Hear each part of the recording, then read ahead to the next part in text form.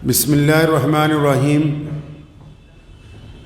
شروع اللہ کے نام سے جو بڑا مہربان اور نہایتی رحم کرنے والا ہے۔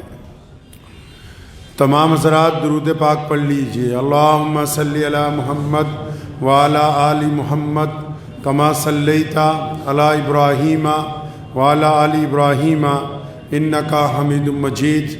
اللہم بارک علی محمد وعلی آل محمد کما بارکت علی ابراہیم وعلی آل ابراہیم انکا حمید مجید۔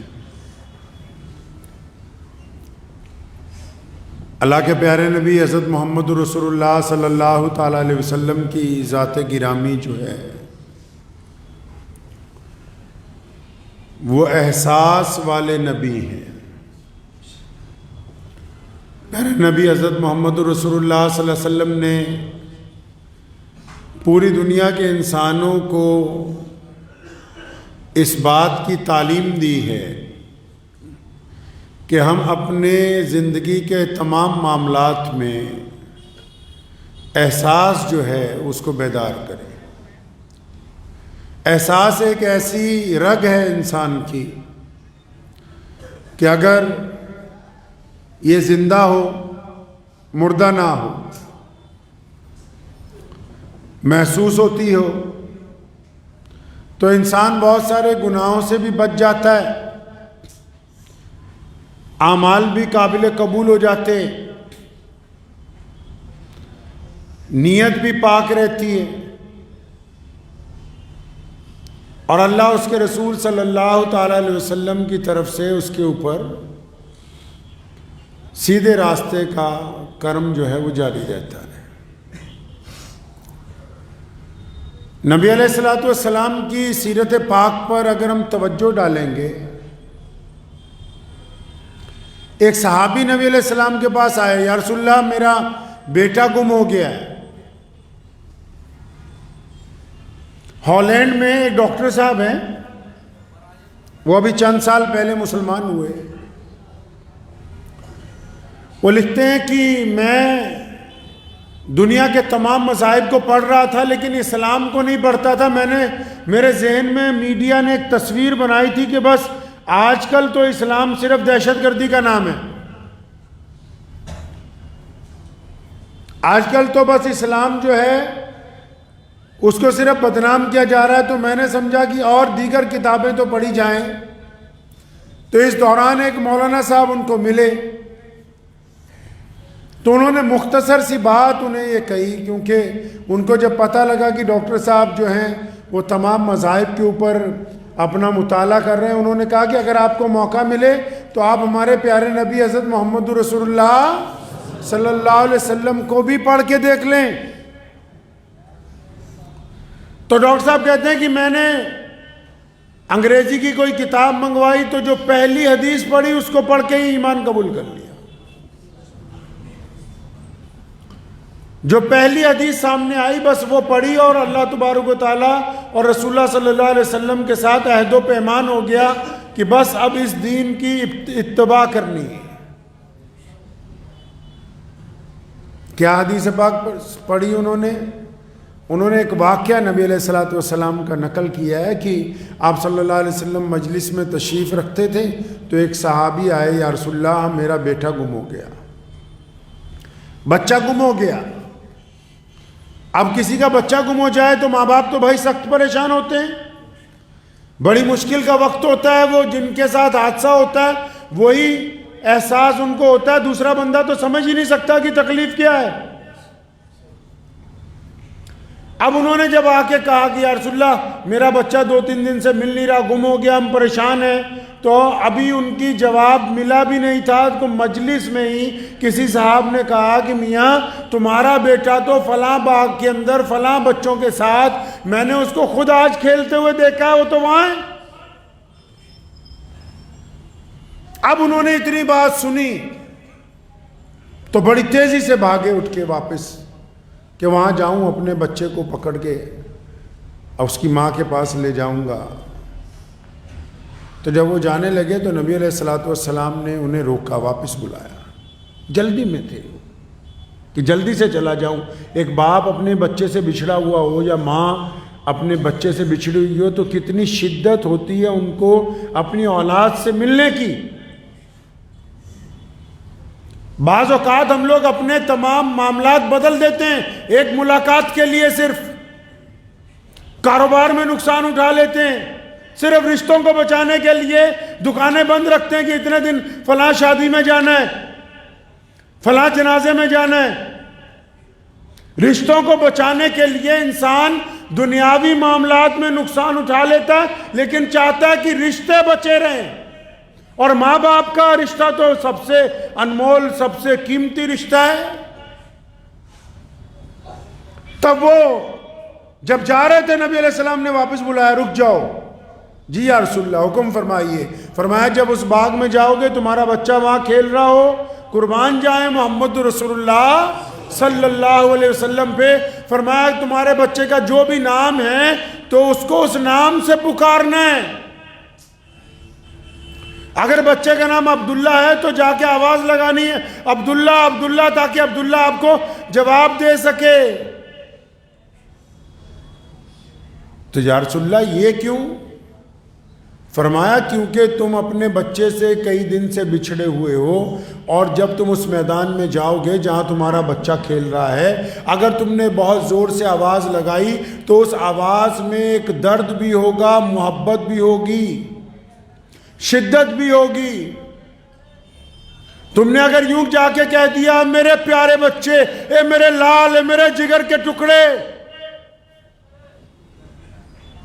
اے میرے پتر،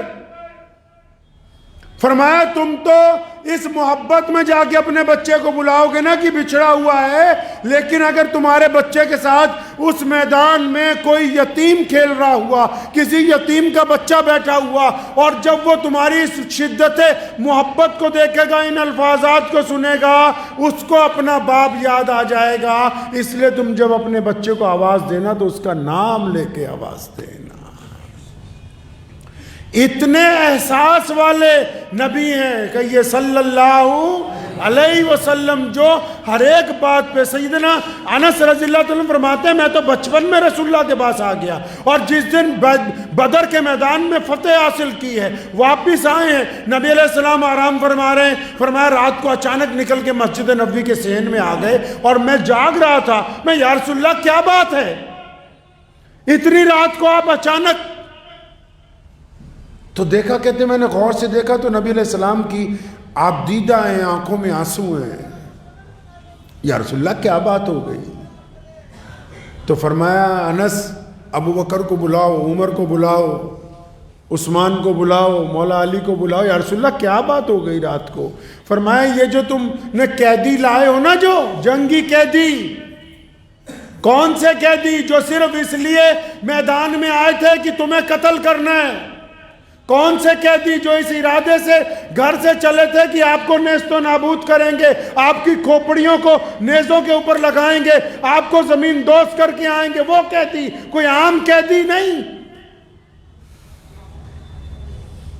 فرمایا یہ جو قیدی آئے نا، جنگی قیدی، تو ان کی رسیاں اتنی زیادہ تم نے سخت باندھ دی ہیں کہ اس کی تکلیف کی وجہ سے ہائے ہائے کرتے ہیں. جب یہ تکلیف کی وجہ سے ہائے ہائے کرتے ہیں تو مجھ سے ان کی تکلیف دیکھی نہیں جاتی ہے. صحابہ فرماتے ہیں کہ ایک موقع پر صحابہ فرماتے ہیں ہمارے سب کے آنسو نکل آئے. کیا بات ہو گئی؟ فرماتے ہیں ایک موقع ایسا آیا کہ اللہ کے نبی علیہ السلام نے سیدنا ابو بکر کو کہا، اور حضرت عمر رضی اللہ تعالیٰ عنہ کو اسپیشل کہا، حضرت عثمان کو، مولا علی کو، ابو عبیدہ بن جراح اور خالد بن ولید جیسے جلیل القدر صحابہ مجلس میں بیٹھے ہوئے ہیں. کیا فرمایا؟ قربان جائیں رسول اللہ صلی اللہ علیہ وسلم پر. اور فرمایا میرے صحابہ وہ اکرمہ آ رہا ہے. کون اکرمہ؟ کون؟ ابو جہل کا بیٹا. کون ابو جہل؟ نبی علیہ السلام نے فرمایا ہر امت میں فرعون رہے ہیں، میری امت کا فرعون ابو جہل ہے، اور فرمایا سب سے سخت ترین ہے، اور ابو جہل نے ظلم کی انتہا کی ہے. آپ اگر ابو جہل کا تشدد پڑھ لیں گے ایک دفعہ تو میں یقین کے ساتھ کہتا ہوں کہ آپ دیدہ ہو جائیں گے، آپ کو کئی مہینے تک ہنسی نہیں آئے گی۔ کیوں؟ جب عمار بن یاسر کو درخت سے باندھا تو ان کے والد حضرت یاسر کو بھی ساتھ میں باندھا، پھر ان کی ماں حضرت سمیہ کو بھی باندھا، پھر اس لڑکے کے سامنے ان کے ماں باپ کو ننگا کیا گیا، اور پھر سیدنا سمیہ کے اوپر کتے چھوڑے گئے، اور پھر سیدنا سمیہ پر جب تشدد کی انتہا ہوئی اور کہا کہ تو ایک دفعہ کہہ دے کہ میں رسول اللہ کا انکار کرتی ہوں، جب انہوں نے کہا کہ تو کوتوں سے بوٹیاں نچوا دے میں تیری بات نہیں مانوں گی، تو ابو جہل نے سیدنا سمیہ رضی اللہ تعالیٰ عنہ کی شرمگاہ میں برچھا مارا تھا۔ اس وقت کوئی معمولی آدمی نہیں ہے یہ بدبخت،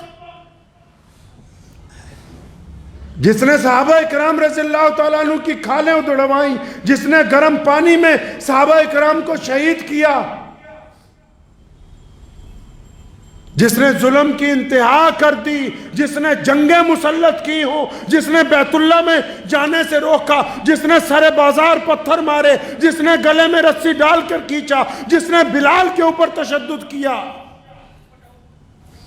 جو سارے مکے کے دشمنوں کو ساری زندگی اکٹھا کرتا رہا کہ نعوذ باللہ چلو محمد رسول اللہ کو قتل کرنا ہے، اور اس ابو جہل کا بیٹا جس دن دربار رسالت میں پیش ہونا تھا، صحابہ کہتے ہیں ہمارے آنسو نکل آئے۔ نبی علیہ السلام نے کیا فرمایا؟ اور فرمایا اکرمہ آ رہا ہے نا، تم میں سے کوئی اس کو اس کے باپ کا تانا نہ مارنا۔ اکرمہ آ رہا ہے، اس کو تانا نہیں مارنا۔ یہ پیارے محمد صلی اللہ تعالی علیہ وسلم کے دربار رسالت میں جب ہندہ پہنچی، کون ہندہ؟ جس نے نبی علیہ السلام کے سکے چچا کو قتل کروایا، اور پھر ان کی چھاتی چیری گئی اور جگر نکال کے چبایا اس نے۔ جب اسلام قبول کرنے کے لیے آئی اور اس نے کہا یا رسول اللہ میرے پچھلے گناہ معاف ہو جائیں گے، فرمایا ہاں سارے کے سارے معاف ہو جائیں گے۔ احساس ہے۔ رات کے کئی پہر ایسے گزرتے ہیں کہ نبی علیہ السلام اچانک اٹھتے ہیں مسجد نبوی میں، جو اصحاب صفہ کا چبوترا ہے نا، سیدنا ابو ذر غفاری رضی اللہ تعالیٰ عنہ وہاں آرام کرتے ہیں، سیدنا ابو ہریرہ رضی اللہ تعالیٰ عنہ وہاں آرام کرتے ہیں، سیدنا اسامہ رضی اللہ تعالیٰ عنہ وہاں آرام کرتے ہیں، سیدنا بلال رضی اللہ تعالیٰ عنہ کی آرام گاہ بھی وہی ہے، وہاں غریب صحابہ رہتے ہیں۔ رات کو کسی پہر بھی نبی علیہ السلام اٹھتے ہیں تو جا کے ان غریب صحابہ رضی اللہ تعالیٰ اجمعین کی جماعت کو دیکھتے ہیں کہ بھائی ان میں سے کوئی پریشان تو نہیں ہے، کوئی بھوکا تو نہیں سویا، کوئی ایسا تو نہیں جس کے پاس بستر نہ ہو، کوئی ایسا تو نہیں ہے جو پریشان حال ہو۔ سیدنا ابو ذر غفاری رضی اللہ تعالیٰ فرماتے ہیں میرے ساتھ متعدد مرتبہ ہوا کہ نبی علیہ السلام رات کو کسی پہر میرے پاس بیٹھے ہوا کرتے تھے۔ یہ پیارے نبی حضرت محمد الرسول اللہ صلی اللہ علیہ وسلم نے احساس پیدا کیا لوگوں میں۔ رسول اللہ سے پہلے جب لوگ لوگوں کا قتل کرتے تھے ان کو احساس نہیں ہوتا تھا۔ رسول اللہ سے پہلے جب کالا سمجھ کے لوگوں کو بیت اللہ سے باہر دھکا دیتے تھے تو دھکا دینے والوں کو احساس نہیں ہوتا تھا۔ رسول اللہ سے پہلے جب بیٹیوں کو زندہ دفن کر دیا کرتے تھے تو بیٹی کے باپ میں احساس نہیں ہوتا تھا۔ یہ محمد الرسول اللہ ہے۔ ایسے دور میں کہا کہ فاطمہ میرے جگر کا ٹکڑا ہے۔ یہ لفظ پتہ کب کہے؟ یہ لفظ کب کہے؟ جس دور میں باپ بیٹی کو بیٹی ماننے کے لیے تیار نہیں تھا، یہ اس دور میں کہے جب لوگ بیٹیوں کو زندہ دفن کرتے تھے، یہ اس دور میں کہے جب لوگ بیٹیوں کو وجود کو ماننے کے لیے تیار نہیں تھے۔ اور کریم رسول صلی اللہ علیہ وسلم کا طریقہ دیکھیے، مدینے سے اگر باہر جانے لگتے ہیں تو سب سے ملتے ہیں، آخر میں سیدہ فاطمہ سے ملتے ہیں۔ جب جانے لگتے ہیں سفر پر سب سے ملاقات ہوتی ہے، آخر میں کس سے ملتے ہیں جی؟ اپنی بیٹی سیدہ فاطمہ رضی اللہ تعالی عنہ سے۔ اور جب مدینے آتے ہیں واپس تو سب سے پہلے کس سے ملتے ہیں؟ سیدہ فاطمہ رضی اللہ تعالی عنہ سے، بعد میں سب سے ملاقات ہوتی ہے۔ پیارے نبی حضرت محمد رسول اللہ صلی اللہ تعالی وسلم نے یہ درس دیا ہے. آج ہمارے اندر کمی کیا ہے؟ احساس مر گیا ہے. مر گیا ہے ضمیر لوگوں کا. جو دوسروں کو تکلیف پہنچاتے ہیں ان کو احساس نہیں ہوتا. جو کسی کا مال حق کھاتے ہیں ان کو احساس نہیں ہوتا. جو کسی کی پیٹھ پیچھے برائیاں کرتے ہیں ان کو احساس نہیں ہوتا. جو دوسروں کی بیٹی کو دیکھ کے زنا کا ارادہ کرتے ہیں ان کو احساس. جن کا احساس مر گیا وہ زندہ مردہ ہیں چلتے ہوئے.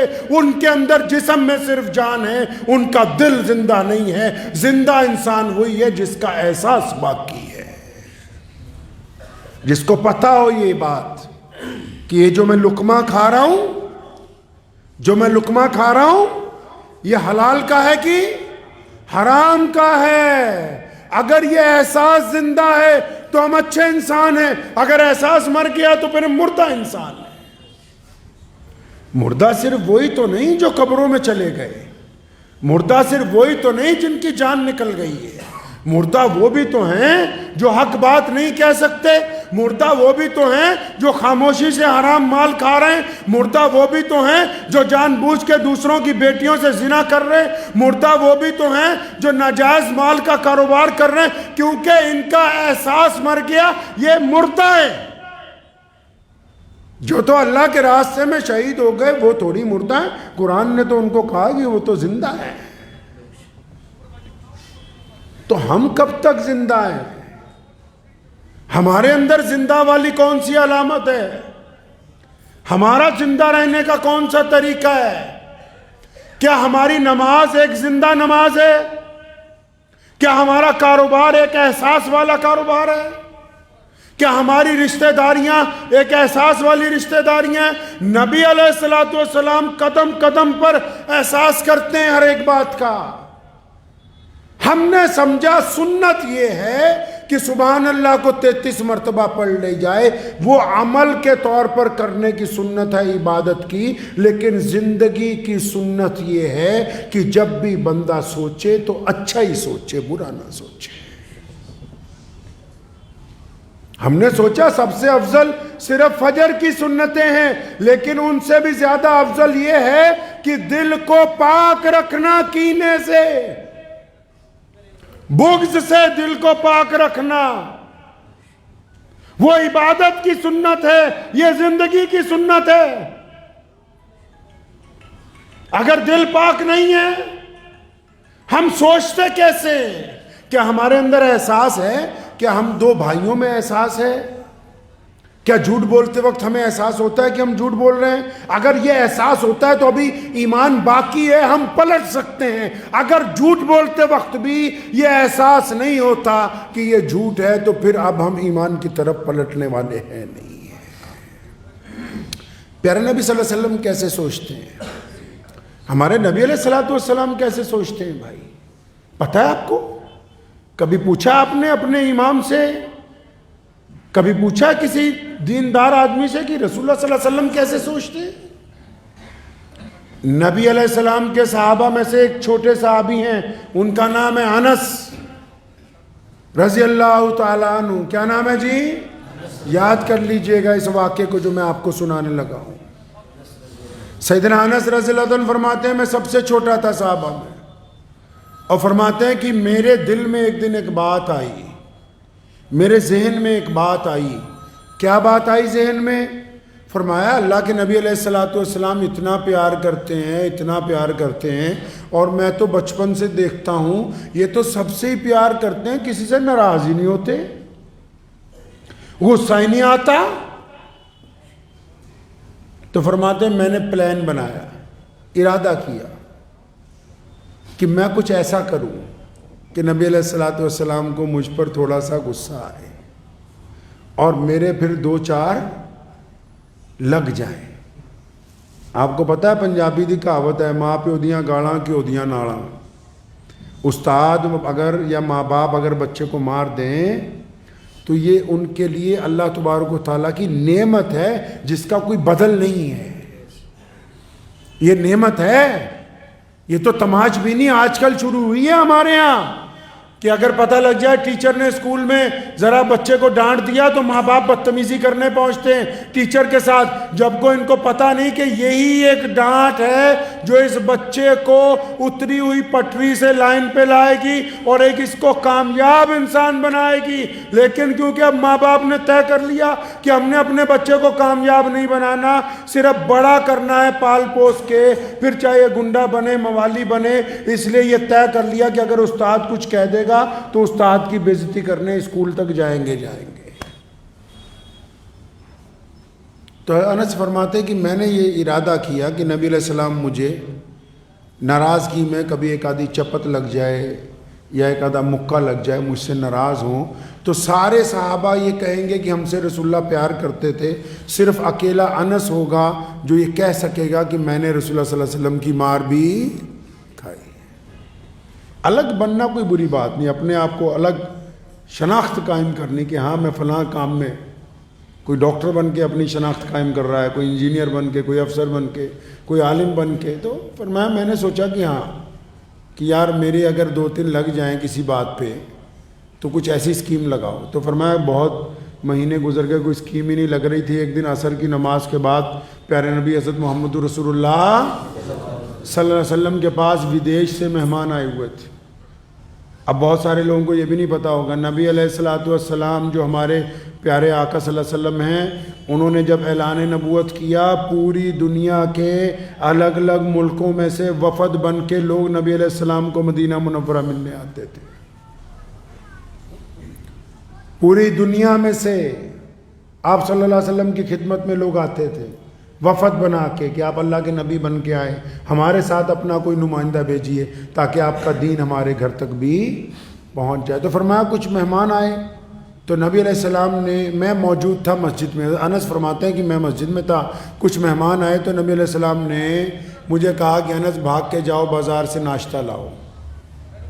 اب وہ فرماتے جب میں ناشتہ لینے بازار گیا تو پیارے نبی علیہ السلام مہمانوں کے پاس بیٹھے تھے، نہ حضرت اس وقت بلال رضی اللہ عنہ، حضرت ابو ہریرہ، دونوں نبی علیہ السلام کے بالکل پرسنل سیکٹری جن کو کہتے ہیں، وہ دونوں کون ہیں؟ حضرت بلال اور ابو ہریرہ۔ فرمایا وہ دونوں کہیں کام سے گئے ہوئے تھے۔ میں بازار چلا گیا تو جب میں سامان لینے لگا تو میرے دل میں آیا انس اترا، آج اگر تو سامان نہ لے یا لیٹ ہو جائے تب ہو سکتا ہے کہ آج تیرے 2-4 لگ جائے، کبھی گھر پہ مہمان بیٹھے ہوئے ہیں تمہیں سامان لینے بھیجا، کہاں چلا گیا؟ تو فرماتے ہیں کہ میں نے سوچا کہ آج سامان لینا ہی نہیں ہے، تو وہیں بیٹھ کے بازار میں سائڈ پہ۔ تو جب وقت گزرتا گیا تو جو راستہ مسجد نبوی کی طرف سے آتا تھا، فرماتے ہیں کہ میں اس طرف دیکھ رہا تھا تو اچانک میں نے کیا دیکھا کہ کافی وقت گزرنے کے بعد اللہ کے پیارے نبی صلی اللہ علیہ وسلم بذات خود بازار میں تشریف لے آئے، خود تشریف لے آئے۔ فرماتے ہیں جب میں نے نبی علیہ السلام کو دیکھا تو میں اٹھ کے کھڑا ہو گیا اور میں بالکل تیار بھی ہو گیا۔ میں کہا انس آج تیرے پہنی ہے انشاءاللہ، آج لگیں گی 2-4 کہ کہاں چلا گیا، مہمان بیٹھے ہوئے ہیں۔ فرماتے ہیں نبی علیہ السلام کو جب میں نے دیکھا، آپ صلی اللہ علیہ وسلم نے مجھے دیکھا تو آپ صلی اللہ علیہ وسلم کے چہرے پہ پریشانی کے آثار تھے۔ مجھے یقین ہوا کہ شاید آج ایک آدھی لگ جائے، تو فرمایا میں جب چند قدم چلا آپ صلی اللہ علیہ وسلم ذرا تیز چلے، اور جب قریب آئے تو پیارے نبی صلی اللہ علیہ وسلم نے پوری طاقت کے ساتھ سیدنا انس رضی اللہ تعالیٰ عنہ کو اپنی چھاتی سے لگایا۔ نبی علیہ السلام کی آنکھوں میں آنسو ہیں، سر پہ ہاتھ پھیرا، کندھوں پہ ہاتھ پھیرا اور فرمایا میرے پتر انس، میں تو سمجھا تو کہیں گر گیا، کہیں چوٹ لگ گئی، میں تو سمجھا میرے بچے کو کسی نے مار دیا۔ فرماتے میں نبی علیہ السلام کی بات سن کر اتنا رویا کہ اتنے کریم رسول ہیں کہ اچھائی میں سے بھی، برائی میں سے بھی اچھائی کو نکال کر باہر رکھ دیتے ہیں۔ سچ سچ بتاؤ، ہم میں احساس ہے؟ ہم کیسے سوچتے ہیں؟ ہم کیسے سوچتے ہیں؟ نبی علیہ السلام کیا چاہتے ہیں؟ اور رسول اللہ چاہتے ہیں کہ میری امت کا بڑا چھوٹا مرد عورت جب سوچے تو پوزیٹیو سوچے، جب سوچے مثبت سوچے، جب سوچے اچھا سوچے، کیونکہ ہمیں اللہ نے باوقار بنایا ہے۔ خاندانی اور غیر خاندانی کی پہچان یہی ہے کہ باوقار آدمی گری ہوئی بات نہیں کرتا، باوقار آدمی گری ہوئی سوچ نہیں رکھتا، باوقار آدمی گری ہوئے لفظ زبان سے نہیں نکالتا۔ یہاں رسول اللہ کیا چاہتے ہیں؟ انہوں نے حکم دیا مسلمانوں کہ جب بھی سوچنا ہے اچھا سوچنا ہے۔ یہاں تک حکم فرمایا تم نے کسی کا دل نہیں چیر کے دیکھا کہ اس کے دل میں کیا ہے۔ اگر کسی کے متعلق رائے قائم کرو گے تو اچھی رائے قائم کرو گے۔ چھاتی پہ ہاتھ رکھ کے بتاؤ، ہم جب کسی کے متعلق رائے قائم کرتے تو کیسے کرتے ہیں؟ مسجدوں والے ہی بتاؤ، 4 نمازی چلے جائیں، جو پیچھے 4 رہتے ہیں، کیا وہ ان کی برائی کرتے ہیں اچھائی کرتے ہیں؟ ایک بھائی دوسرے بھائی کی برائی کرتا ہے کہ اچھائی کرتا ہے؟ رات کو خاندان کی مجلس لگی ہو، اس میں سے جو 2 اٹھ کے چلے جاتے ہیں باقی 6 ان کی برائیاں کرتے ہیں، ان میں سے جب 3 چلے جاتے ہیں باقی 3 ان کی برائیاں کرتے ہیں۔ آپ آنے والی نسلوں کو سمجھا کیا رہے ہو؟ کیا سمجھا رہے ہو ان کو؟ کس طرف لے کے جا رہے ہو معاشرے کو؟ ہر بندہ کوئی ایک مذہب کی برائی، کوئی دوسرے مذہب کی برائی، کوئی ایک محکمے کی برائی، کوئی دوسرے محکمے کی برائی، کوئی دوستوں کی برائی، کوئی یاروں کی برائی، کوئی ماں باپ کی برائی، اور یہ سمجھایا کس نے؟ پیارے نبی علیہ السلام کی سنت ہے مثبت سوچنا، پوزیٹیو سوچنا۔ دنیا میں اسلام سب سے بڑا مذہب اس لیے بنا کیونکہ رسول اللہ نے سیدنا بلال کے متعلق پوزیٹیو رائے کو قائم کیا کہ یہ مظلوم ہے، اس کا حق بنتا ہے کہ اس کو عام انسانوں کے برابر لا کر کھڑا کر دیا جائے۔ ہم کیسے سوچ رہے ہیں بھائی؟ اگر آپ برا سوچتے ہیں تو آپ ابھی اچھے انسان نہیں بنے۔ کئی لوگ پوچھتے ہیں نا بھی اچھا بندہ کیڑا ہے، اچھا بندہ کیڑا ہے، اور کچھ لوگ خود ہی اپنے آپ کو دیندار سمجھنے لگتے ہیں کہ میں بڑی تسبیح کرتا ہوں جی، میں عمرہ کر کے آیا ہوں جی، میں چلے میں گیا تھا جی، میں اجمیر شریف گیا تھا جی، میں پکا سنی ہوں جی، میں پکا اہل حدیث ہوں جی۔ یہ اپنے دل کو ذرا پوچھئے کہ آپ کا معیار کیا ہے، آپ کہاں پر کھڑے ہیں، آپ کی اپنے بھائی کے متعلق کیا رائے ہے، آپ اپنے غیر مسلم پڑوسی کے متعلق کیا سوچتے ہیں؟ آپ نے ٹھیکہ لے لیا کہ آپ مسلمان ہیں تو ساری نیکیاں آپ کی ہوں گی؟ کیا اللہ اور اس کے رسول نے کہا نہیں کہ دنیا میں جو بھی انسان خواہ وہ مسلمان ہو یا نہ ہو اگر وہ نیکی کا کام کرے گا تو اللہ اس کی نیکی کو ضائع نہیں کریں گے؟ کیا اپنے ذہنیت بنائیے کہ بس ہم ہی نیک ہیں؟ نیکی کا معیار پتہ کیا ہے؟ نیکی کا معیار یہ ہے کہ آپ کسی کے متعلق ناجائز نہ سوچیں۔ سیدنا امام حسن رضی اللہ تعالیٰ عنہ سے کسی نے پوچھا تھا کہ حضرت امام صاحب یہ بتا دیں کہ مومن بندہ کون سا ہوتا ہے، اچھا بندہ کون سا ہوتا ہے؟ ایسا ہوتا ہے مومن جس کا کپڑے اچھے ہوں، سر پر پگڑی اچھی ہو، دستار بڑھیا باندھتا ہو، داڑھی رکھی ہوئی ہو، 5 وقت نماز پڑھتا ہو، دینداری کی باتیں کرتا ہو، کاروبار اچھا کرتا ہو، حلال کماتا ہو؟ نہیں، یہ ساری دنیاوی معاملات ہیں۔ مومن اچھا وہ ہے جب وہ تنہا ہوتا ہے رات کو، جب کبھی اکیلا کمرے میں ہوتا ہے، اس وقت اس کے دل میں کیا خیال آتے ہیں؟ کیا یہ بستر پر اکیلا لیٹ کے کسی کی بہن کے متعلق زنا کا ارادہ کرتا ہے، یا اکیلا لیٹ کے یہ اللہ اور اس کے رسول کے خوف سے کوئی تسبیح کرتا ہے؟ اس کا بستر طے کرتا ہے کہ یہ مومن ہے یا منافق ہے یہ بندہ۔ آپ کی تنہائی یہ طے کرتی ہے۔ لوگوں کے سامنے تو ہم سارے ہی اچھے ہیں، اور لوگوں کے سامنے تو سارے ہی اچھے ہیں، سارے ایک دوسرے کو کہہ رہے ہیں تو بھی بہت اچھا ہے، میں بھی بہت اچھا ہوں۔ تنہائی کیا کہتی ہے آپ کی؟ تنہائی میں جو حرام کا مال میسر آتا ہے اس وقت تمہارا ضمیر کیا کہتا ہے؟ زنا کا موقع جب میسر آتا ہے اس وقت آپ کا ضمیر کیا کہتا ہے؟ ظلم کی جب طاقت آپ کے پاس ہو اس وقت تمہارا ضمیر کیا کہتا ہے کہ پیچھے ہٹ جا؟ یہ تنہائی طے کرتی کہ آپ ہیں کیسے، اور آپ سے زیادہ آپ کو کوئی دوسرا اللہ کے علاوہ جانتا نہیں ہے۔ اس لیے اگر آپ نے اپنی مرمت کرنی ہے، اپنی سروس کرنی ہے، تو پھر اپنے ہی گریبان میں جھانکنا پڑے گا، دوسروں کو کہنے سے کچھ ہونے والا نہیں۔ زندگی میں احساس پیدا کریں گے انشاءاللہ۔ زندگی میں احساس پیدا کیجئے، دوسروں کی تکالیف کا احساس. جس طرح تسبیح کرنا سنت ہے، لوگوں کو کھانا کھلانا سنت ہے. جس طرح اللہ اللہ کرنا رسول اللہ کی سنت ہے، بھٹکے ہوئے کو راستہ دکھانا بھی رسول اللہ صلی اللہ علیہ وسلم کی سنت ہے. جس طرح نماز پڑھنا فرض ہے، اسی طرح کسی کے دل کو نہ دکھانا بھی فرض ہے. احساس پیدا کیجئے، اور احساس لوگوں کے لیے بعد میں، پہلے اپنے ماں باپ کے لیے، اپنے بیوی بچوں کے لیے، اپنے پڑوسی کے لیے، اپنے بھائیوں کے لیے جن کو ضرورت ہے آپ کی، جو آپ کی طرف ترسی ہوئی نگاہوں سے دیکھتے ہیں کہ یہ کبھی مجھ سے مسکرا کے بولے گا، یہ کیا کبھی چند لمحے میرے ساتھ گزارے گا. پڑھا رسول اللہ صلی اللہ علیہ وسلم کو. رسول اللہ کے پاس اتنے بیزی شیڈیول، نبی علیہ السلام سے زیادہ بیزی شیڈیول کائنات میں کسی کا نہیں ہے. اس بیزی شیڈیول میں بھی رسول اللہ گھر کے لیے وقت نکالتے ہیں، اپنی اہلیہ کے ساتھ، ہم سب کی ماں کے ساتھ ہاتھ بٹاتے ہیں. کچن میں، گھر کے کاموں میں رسول اللہ نے اپنی مصروف زندگی میں وقت نکالا. کھیت جا کے پودے لگاتے ہیں خود. رسول اللہ مصروف زندگی میں سیر کرنے کے لیے اور پہاڑ تک جاتے ہیں. رسول اللہ صلی اللہ علیہ وسلم مصروف زندگی میں کھانا کھانے سے پہلے پڑوسیوں کو پتہ کرواتے ہیں کہ کس کس نے کھانا کھایا، کس کس نے نہیں کھایا. رسول اللہ مصروف زندگی میں جانوروں کی خبر گیری کرتے ہیں. نبی علیہ السلام اتنا مصروف ہونے کے باوجود غلاموں کی خبر گیری کرتے ہیں، بیواؤں کی خبر گیری کرتے ہیں. ہم تو کہتے ہیں وقت ہی نہیں. ارے جانا کہاں ہے بھائی؟ کس وقت کی بات کرتے ہو؟ یہ 2005 اور 2006 میں لکھنؤ میں ایک صاحب گزرے ہیں، ان کا نام تھا سبوت رائے، سہارا کمپنی کے مالک.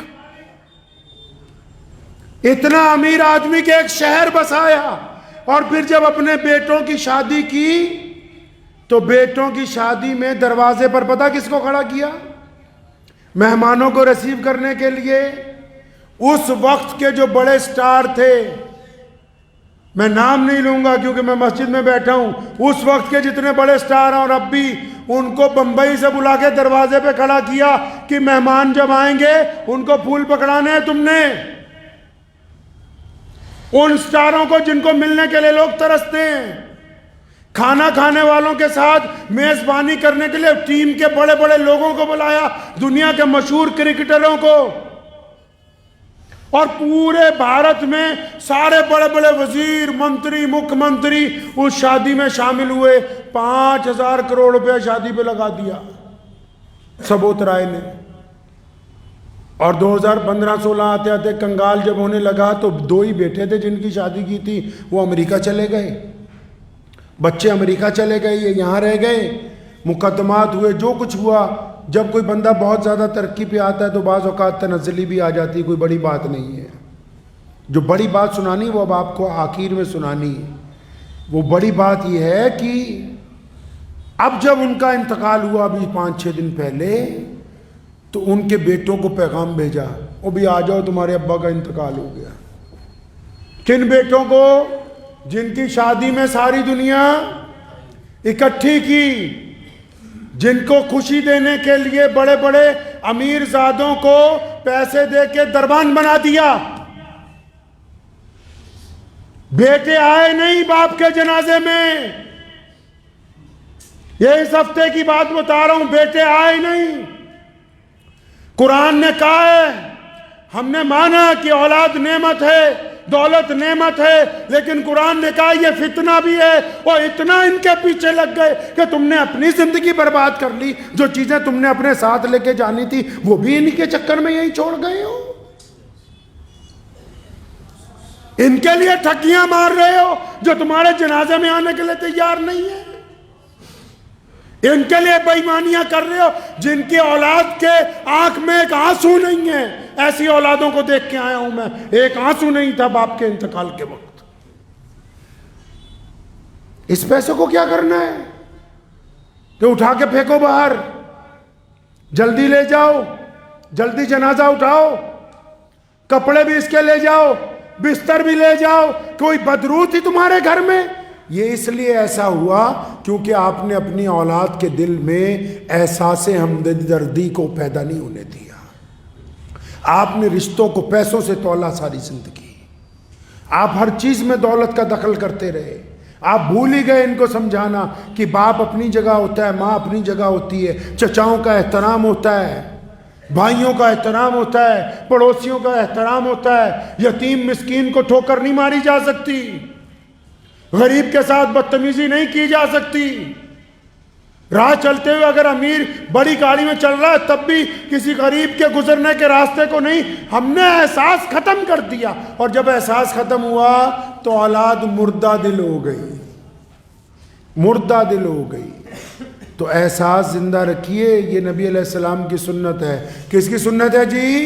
رسول اللہ صلی اللہ علیہ وسلم کی سنت ہے. احساس زندہ رکھیں, ہر ایک کام میں اس بات کو یاد رکھیں کہ رسول اللہ یہ چاہتے ہیں کہ آپ کے کسی عمل سے کسی دوسرے انسان کا دل نہ دکھے. یہ رسول اللہ چاہتے ہیں. دعا کیجیے اللہ اس پہ عمل کی توفیق عطا فرمائے. وآخر دعوانا ان الحمد للہ رب العالمین.